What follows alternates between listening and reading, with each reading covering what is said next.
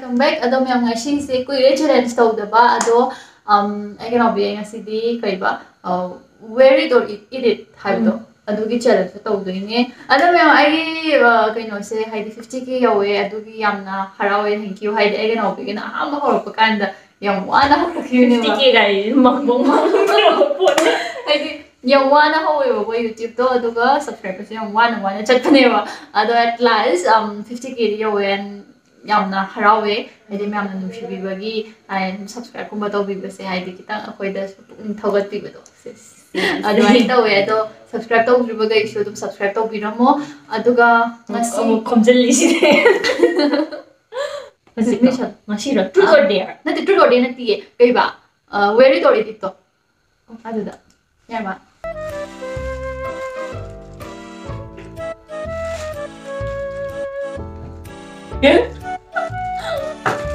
Open go ahead. Hair marks ko mga kanya ba? Kayo marimak na. Marimak na giwan. Bagba kayo. Nati kan cheese si yung na siya na may tare mo yung.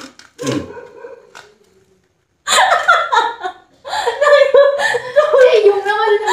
Tawa kasi yung tamo na yung ko. Mado jigada hair se magi samse purple yam sangbo purple to bagi hair mask ko use to really ya roiba di haidi yam phaw to adu oidre I want to be hena phaw ni mana adu jo handa ti phatre ba as for this reason therefore henceforth stemio aiba brand se dagi sigi hair tang ya stemio Sige Stemio brand gi hair mask se sikaka gi sulaye amla dagi ritha vingraj auga havicus ki sulaye ado sige havicus ki sam khatang nate khoi gi mai gi suloina mag ya thoine masa startup brand oi doine buka ado if interested or gadi ma'am so tum try to bio ai makhada link ka lo hapchiram gi description da ado sisina magine se ai ga no bio gi hoji ki kariba try it eat it or wear it to ado to hore se yamnadi hawra yamnadi rules and regulations so man hide ni hairo kamai tawduna pot haidina nang si aina edit se hanjan haiba yade ba aina hide edit se kan hawenda anirak haiga ahumrak shubada like aina choose tawdora edit hibes it ke hibes haidina nangi haina alternate chatuina na alternate chapase nangi turn da nangna first to edit second to edit higher the next so compulsory wear it aduga next din ang hainin bahaya na tike da okay kana hana honi rock paper scissor okay mid ushan sira tom yaba yare haidara eat it or wear it like you're gonna eat or wear this wear those the guys that no wear to se khangde atai da ekta da my door so hello tuna you want to eat this or you want to like aduga char di kam chana ne mapum bula bulap tiar da hello 50% hello eat it okay siang dong tu ni ya dong kan dia na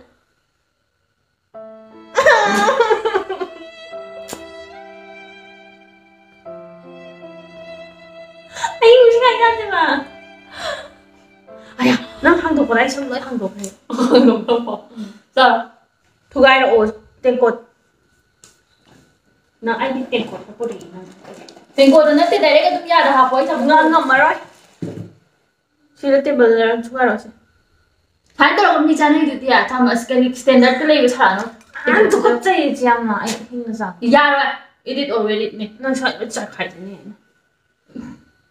ka se man su lo sa lo to kan ngam ona da bi minam chana ro ai to kat chai ha ba je sia ai siot lo hai rai to se yot ka da bani kai no yot ka da bani to ni to ri to ka da bani adu gum to kan ai se cha ma na ba pure ko nang to nang ha 너 산 누가 알자 좀 해봐. ꯅꯪ ꯀꯞꯅꯤꯗ ꯅꯪ ꯄꯨꯂꯞ ꯄꯨꯂꯞ ꯆꯥꯟꯅꯔ ꯁꯝꯁꯦ ꯃꯥ ꯍꯥꯡꯗꯣꯛ ꯁꯤꯒꯤ ꯔꯨꯝꯁꯦ ꯈ꯭ꯋꯥꯏ ꯄꯤꯛꯄꯅꯤ ꯈꯜꯂꯛꯏꯁꯦ ꯈꯪꯉꯕ ꯑꯩꯗꯤ ꯈꯣꯏ ꯇꯧꯈꯠꯂꯦ ꯁꯦ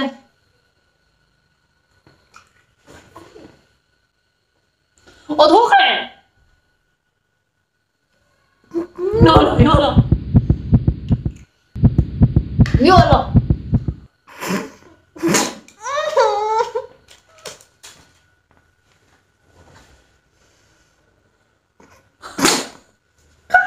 안돼 저 사람이 가위거든요 이거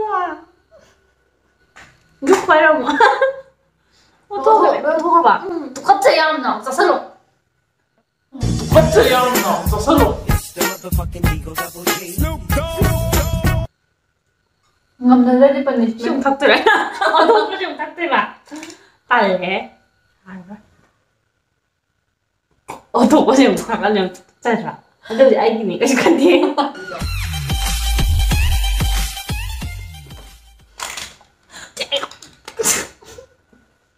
되게 높아 아이고 내가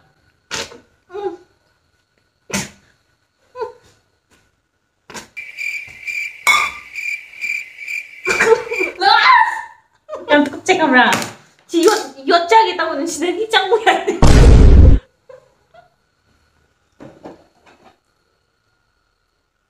이리도 왜? 잠깐만 왜 또 들어? 아이씨 뭐래? 나 왜 또 지까 정선 옷이 우한들이. 왜도 왜 진짜 왜도 들어? 강지까지 왜 또 들어? 나 또. 야, 양쪽이. 야, 할리 전부 다 역할. 혹시 또?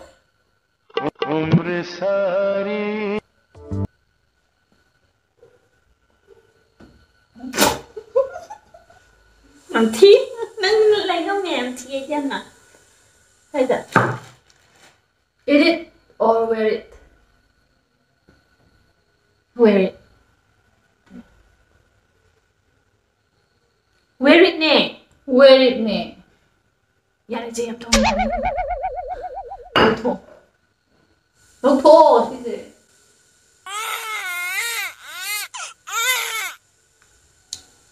내가 이리 따다 보니 봐 옷이 있어 하고 보니 없다 야 로이드리스 야오시 또. 아니 근데 내가 그냥 강내는 건데 나 아니라 할리고 능서 아니라 할리. bây giờ bà của tôi bảo ngồi xem come on năm gì wear it hay gì là trả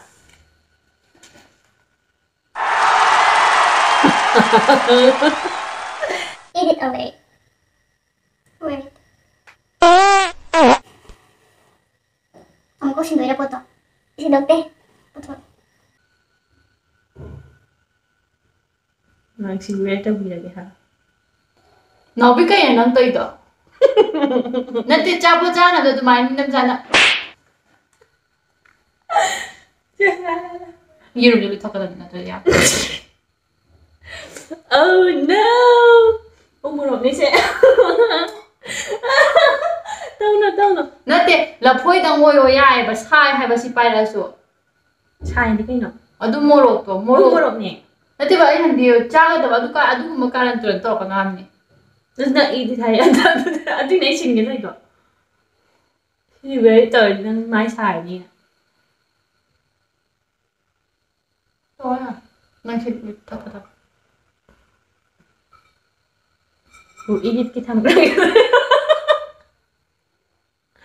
thì máy xài đi ngoài tiền 마이 사회에 라포이당 모요야 해봐 모로당 모요 뭐 이렇게 주 하이로게 많이 하이야나 뿌렸거지만 지금 막 가작 마드락 거주 뭐야 떠오네 봐. 이또 망함다 왜도 뭐에 딱 나가다 보니. oh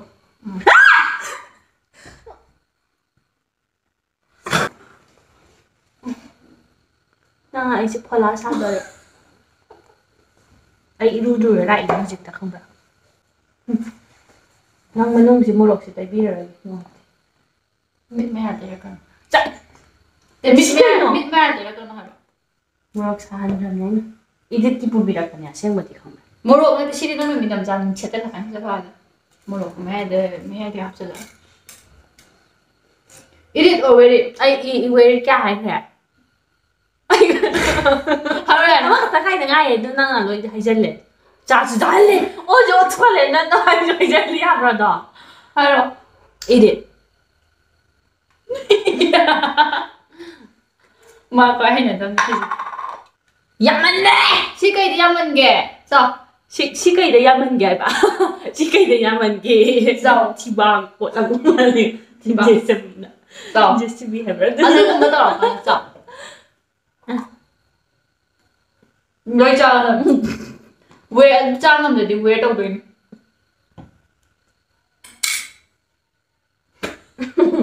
Ngực ngoá, ngực ngoá.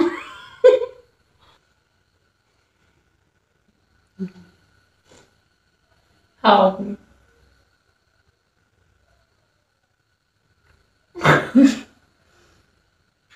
Eat it or wear it. Eat it compulsory. Eat it ta then.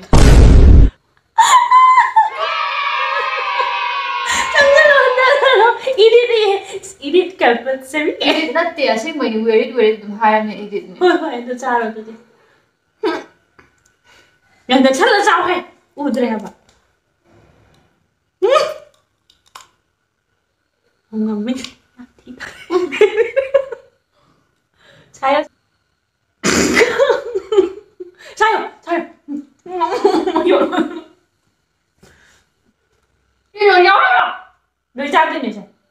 Chị tàu với à bạn này nói sao tôi nhỉ?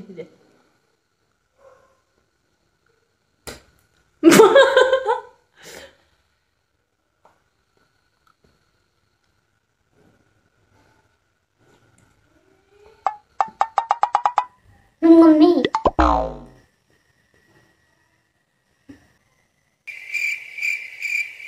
Không nè. Không ăn nè. Không ăn. Được rồi. Good.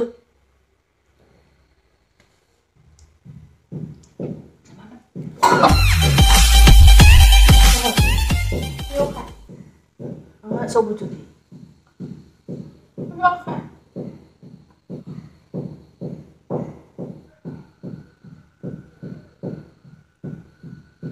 Ribbons!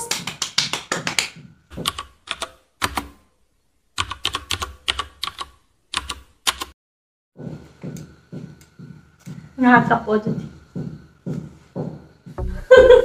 Hanggang na.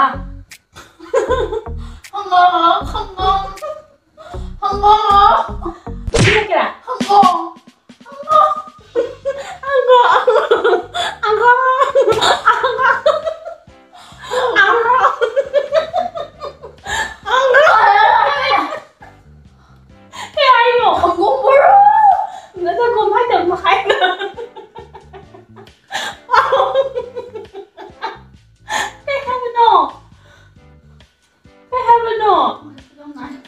Hey!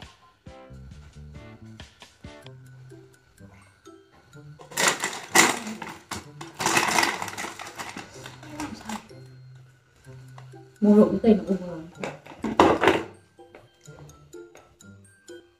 나 혼자 함도 오더만 맨날 아무튼 대는 나 하야 뭐야.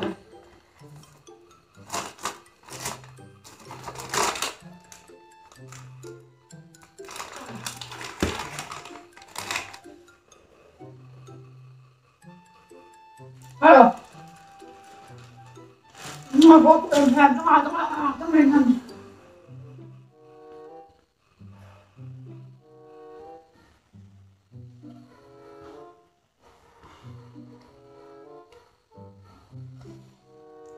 Nang lo chắc cái tiếng mồm nó cái này chắc này. 사야 띵 누가 많이 속양 불러 이거 Chắc khao kiếm nhau được. Bây giờ 신경 살뺄 때 보이지? chắc sao chuyện họ rồi. Chắc sao rồi. 신경 살뺄 정도. Kiêu gì? 그거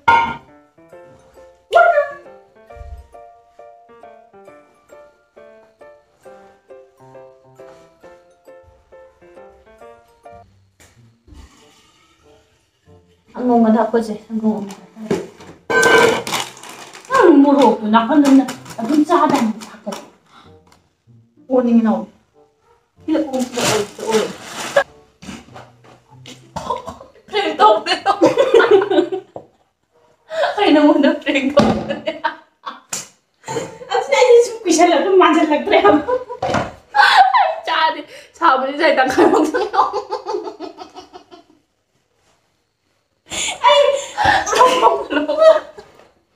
ꯑꯩ ꯆꯤꯡꯗꯤ ꯆꯤꯡꯅꯕ ꯀꯩꯁꯨ ꯑꯁ ꯆꯥꯛꯀ ꯃꯣꯔꯣꯛꯀ ꯅꯛꯀ ꯅꯛꯈꯒ ꯑꯗꯨꯝ ꯆꯥꯕꯅꯦ ꯃꯥꯒꯤꯗꯨꯗꯤ ꯈꯨꯗꯤꯡꯒ ꯆꯪꯕ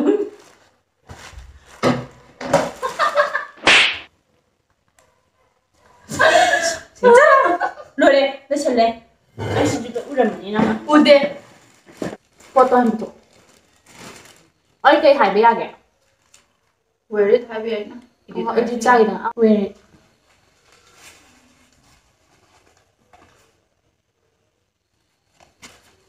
야래 아이야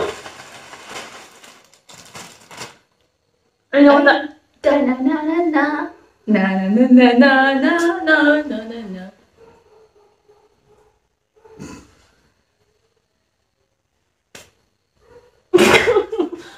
거기 말하는 손을 쭈비아이. 해봐. 나를 비비아이. 나나나. 야래 이슬로 에디트. 이리 난 아무 부서웠거든. 이 노래가 아무 부서웠거든. 왜 아무 부서웠거든. 강. 붙어고 얘 에디트. 이리 언제나 되게 같아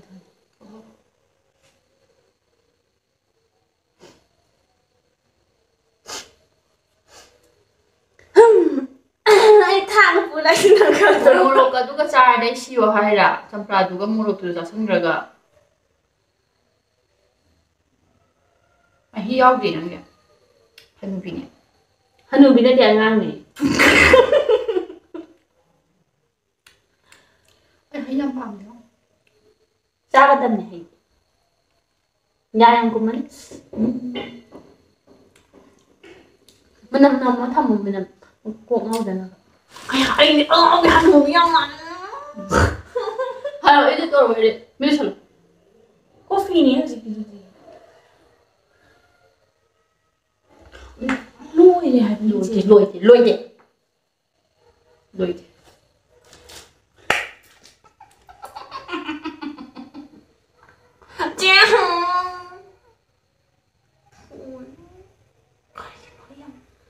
ai sakit ni mana ni bang 냉디 애기 짤누비.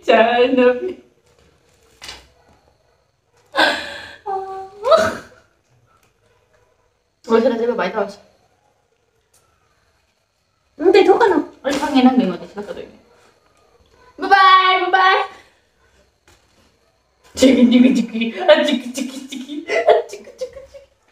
와이력 트레이더 나 타이기나 타리 ai 와이력 토니 어 지기. ai 와이력 사니 기브라레. 바이바이. 아우 야 마나 아니 근데 봐 와이력 사니 나 타디 나 무슨 타이기 하이 무슨 타이기 나 타디 와이력 사니 귀여워. 무슨 타이기 나 타디 나 섬나 섬들 와이력 사니 나도 약 사줘 땡기노.